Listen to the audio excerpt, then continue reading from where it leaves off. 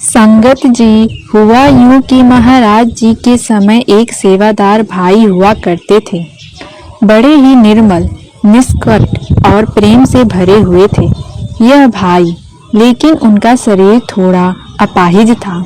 एक टांग काम नहीं करती थी, लेकिन उन्होंने इस कमी को कभी अपनी सेवा के आड़े नहीं आने दिया। उनका जीवन ही सेवा था। हर सुबह जब सूरज की पहली किरण गांव के ऊपर फैलती, तो यह भाई अपनी बैसाखियों के सहारे लेकर डेरे की तरफ चल पड़ते थे। इनके एक हाथ में लस्सी का बर्तन होता और दूसरे हाथ से बैसाखी को संभालते। इनका एक ही लक्ष्य होता था कि किसी भी तरह दोपहर के लंगर से पहले डेरे पहुंचना ही है और बाबा जी महाराज को अपने साथ लाई हुई लस्सी लंगर के साथ परोस कर देना है।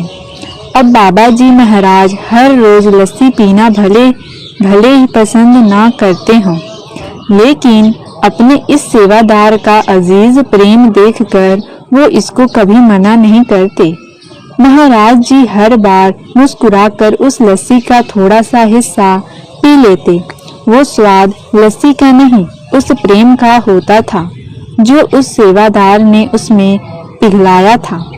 संगत जी, गुरु तो अपनी संगत के भाव के भूखे होते हैं। अक्सर बाबा जी महाराज इस सेवादार का दोपहर के समय लंगर से पहले इंतजार करते और ऐसा एक भी दिन नहीं गया था जब यह सेवादार डेरे लस्सी लेकर ना पहुंचा। लेकिन एक दिन जब यह सेवादार अपने गांव से लस्सी लेकर निकल रहा था, तो रास्ते में गांव के सरपंच ने पूछा कि तू हर रोज लस्सी लेकर कहाँ जाता है?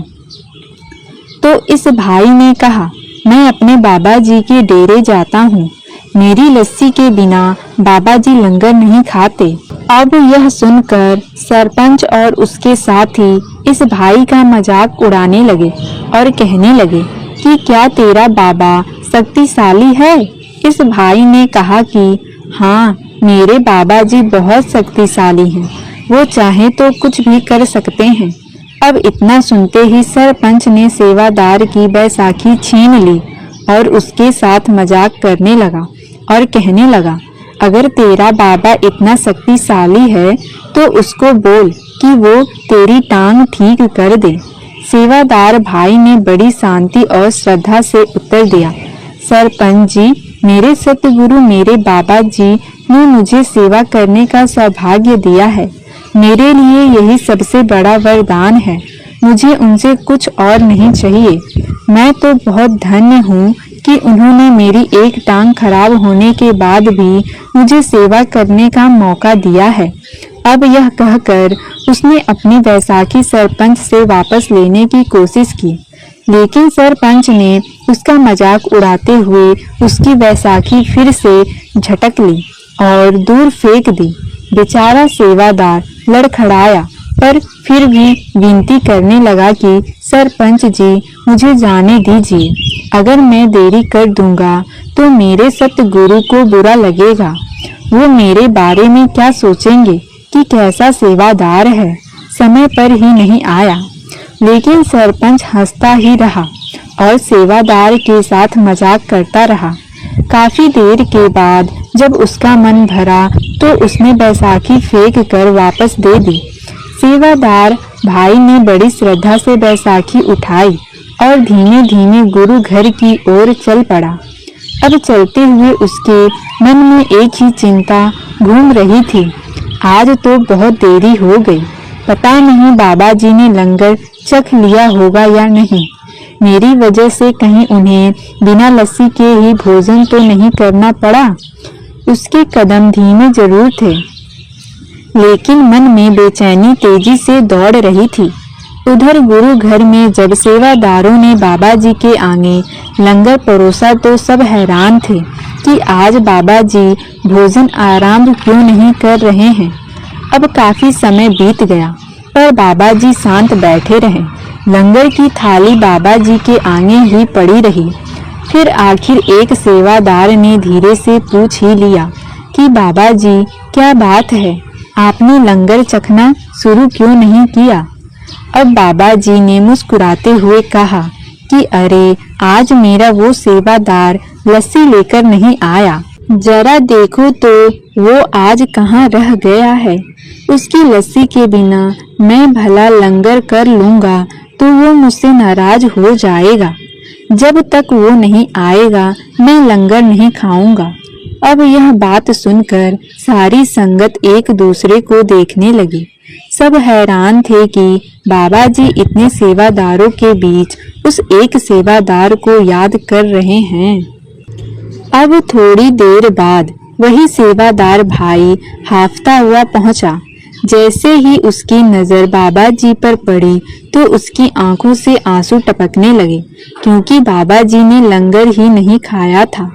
बाबा जी ने उसकी ओर गहरी ममता भरी दृष्टि से देखा और बहुत ही प्यारे प्यारे स्वर में पूछा, क्या हुआ बेटा, आज इतनी देर कैसे हो गई? अब सेवादार भाई थोड़ा घबरा गया। मन ही मन सोचने लगा कि अगर मैंने सच्चाई बता दी कि रास्ते में लोगों ने मेरा मजाक उड़ाया तो कहीं बाबा जी मेरी सेवा ही न छीन लें। इसलिए उसने सिर झुकाकर धीरे से कहा, बाबा जी, आज जरा गांव में कुछ काम था, इसलिए देर हो गई।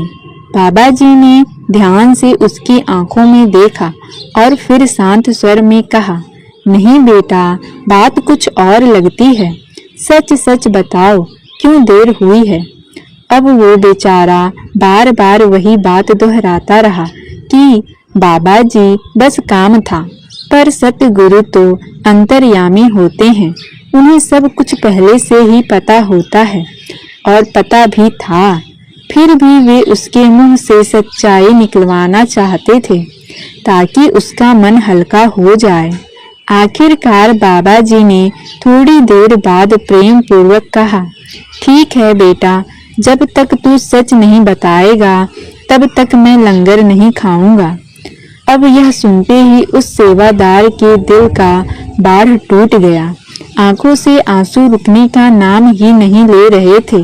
वो दोनों हाथ जोड़कर फूट फूट कर रोने लगा और कांपती आवाज में कहने लगा कि बाबा जी, रास्ते में सरपंच ने मेरी बैसाखी छीन ली थी। सबके सामने मेरा मजाक उड़ाने लगा।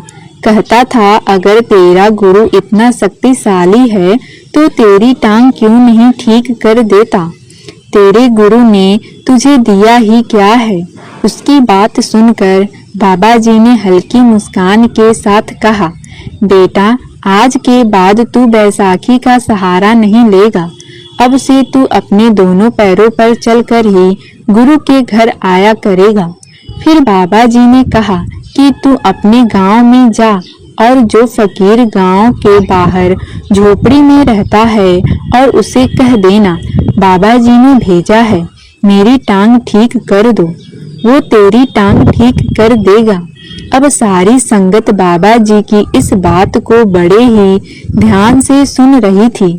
जो सेवादार भाई ने कहा कि जैसा आप कहो, उसी दिन शाम को सेवादार भाई उस फकीर साधु के पास गया जिस फकीर का जिक्र बाबा जी ने जिक्र किया था, जो उसी गांव के किनारे झोपड़ी में अकेले रहा करता था।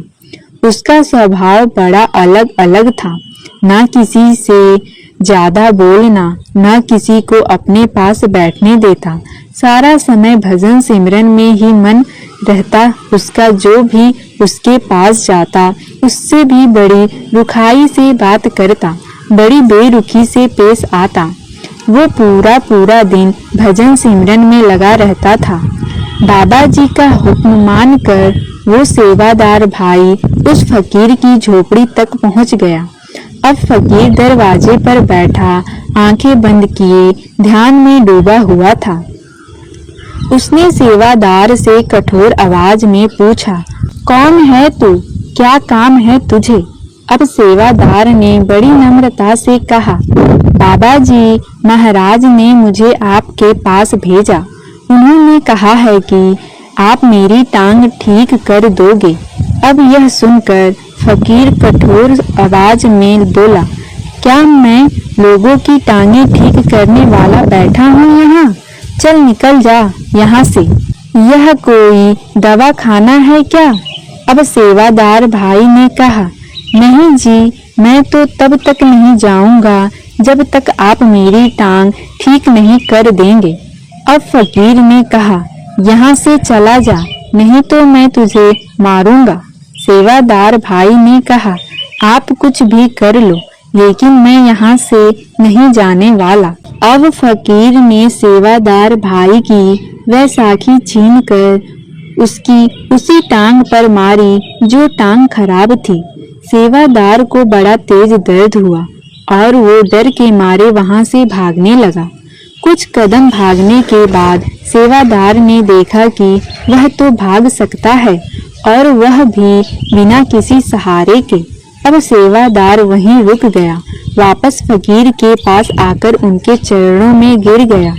फकीर ने इस बार प्रेम से उसको उठाया और कहा, मेरे नहीं, बाबा जी के चरणों में गिर, उन्होंने ही तेरी टांग ठीक करी है, मुझे तो बस एक जरिया बना दिया।